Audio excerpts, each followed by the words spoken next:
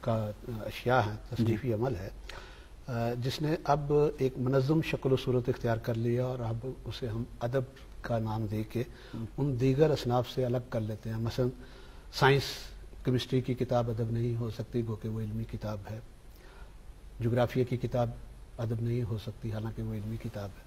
تو سوال یہ ہے کہ جی کیا ادب علم سے کوئی براہ راست تعلق رکھتا ہے یا علم کے ماوراء کوئی چیز ہے؟ جی میری رائے یہ ہے کہ جی ادب انسانی تہذیب کے ارتقاء میں اس مقام پہ معرض وجود میں آیا جب انسانی سوچ کے اندر ایبسٹریکٹ خیالات کو بیان کرنے کی ضرورت درپیش آئی. جی ہم بہت آسانی کے ساتھ اشاروں کی زبان میں بات کر سکتے تھے جب انسان نے گفتگو کا سلیقہ نہیں سیکھا تھا، تو اشیاء کے متعلق اشاروں کی زبان میں گفتگو کر لیتا تھا، کسی کو اپنی بات بتا سکتا تھا. لیکن کچھ کیفیات انسان کی داخلی ہوتی ہیں جی جو معروض سے بھی متاثر ہوتی ہیں اور داخلی طور پر بھی اس کا ایک مخصوص پیرایا ہوتا ہے، وہ متاثر ہوتی ہے. مثال کے طور پر آپ اگر کسی کو کہیں کہ جی یہ گلاب کا پھول ہے، تو حالانکہ یہ جملہ مکالمہ اپنے طور پر ایک ادبی پہلو رکھتا ہے، لیکن یہ ادب نہیں ہے.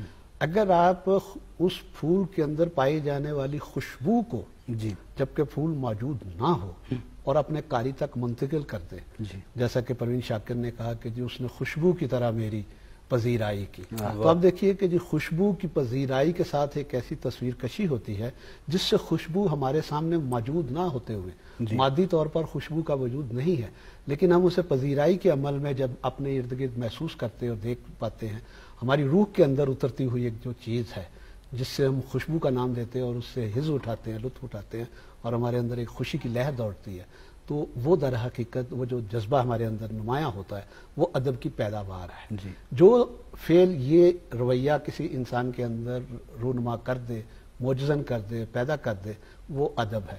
چاہے شعر ہو، ڈرامہ ہو، نثر ہو، افسانہ ہو، ناول ہو. آپ کو بطور ادیب اپنے قاری کو وہ مواد منتقل کرنا ہے جو ابسٹریکٹ ہے لیکن وہ آپ کے سماجی رویوں کے ساتھ بھی جڑا ہوا ہے. جی. اگر ایسا نہیں ہے تو وہ زندگی سے آری ہے، اور زندگی سے آری تو موت ہوتی ہے، اس میں ادب نہیں ہوتا. تو میرے خیال میں ادب زندگی کے ساتھ براہ راست ایک ایسی گہری جڑت، رشتہ اور پیوستگی رکھتا ہے جو زندگی کی تفہیم بھی کرتا ہے، اس سے معنی بھی پہناتا ہے اور اس کا ابلاغ بھی کرتا ہے. جی ابلاغ کے لیے اس سے الفاظ کا سہارا لینے کی ضرورت پڑتی ہے، سوچنے کے لیے مائنڈ کی ضرورت، ذہن کی ضرورت ہوتی ہے.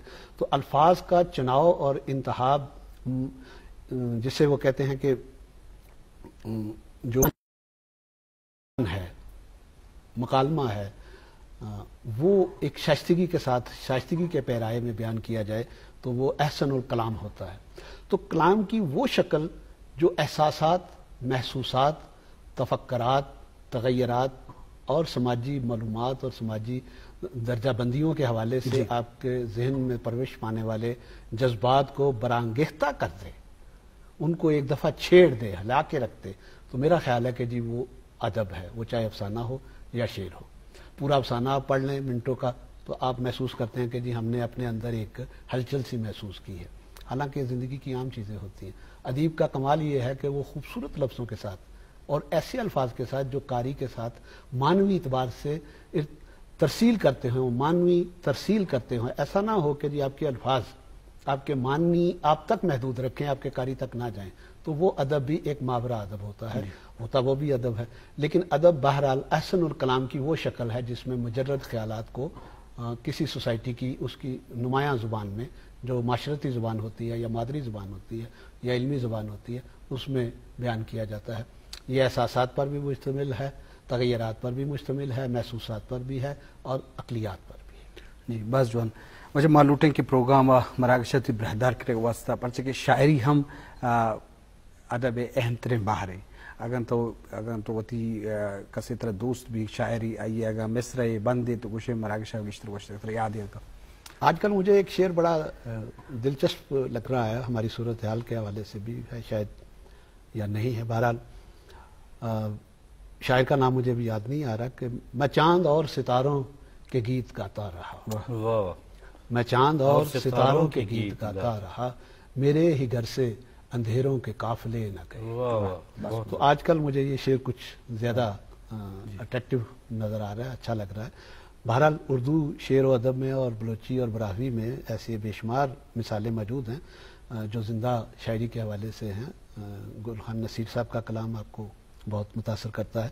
گلخان نصیر ہمارے بلوچستان کے حوالے سے اقبال اور غالب کے ساتھ ان کو کمپیئر کیا جا رہا ہے اور کیا جا سکتا ہے اور کیا جا رہا ہے. بلا شبہ ایک بڑا نام ہے. انہوں نے بلوچی شاعری میں جس طرح سے اپنے عوام اور لوگوں کو متاثر کیا، مخاطب کیا ہے، شاید یہی کام اقبال نے اردو اور فارسی میں کیا ہے. اور جس طرح سے گلخان نصیر نے اپنے عہد کے لوگوں کو شعوری طور پر مخاطب کیا ہے، سماجی طور پر متاثر کیا ہے یا مخاطب کیا اور ان کے اندر ایک قوت تحرک پیدا کی ہے، شاید یہی کام غالب نے اپنے شعری حسن کے ساتھ اردو اور فارسی میں کیا ہے. تو مجھے غالب، اقبال اور گلخان نصیر تک پہنچتے ہوئے کوئی زیادہ دقت نہیں لگتی. مجھے تینوں نمایاں شخصیات ایک ہی انداز کے تخلیق کار نظر آتے ہیں. تو آپ نے کہا کہ جی شاعری، تو فیض صاحب کی غزلیں اور نظمیں بڑی دل پذیر ہیں اور بڑی اچھی لگتی ہیں. وہ جو تھی کہ چلے بھی آؤ کہ گلشن کا کاروبار چلے. میرا خیال ہے کہ یہ ایسی شاعری ہے اور ایسا کلام ہے جسے عطا شاد نے جیسے ہمارے ہاں کہا کہ رات سو جائے تو بہتا ہوا چشمہ بولے.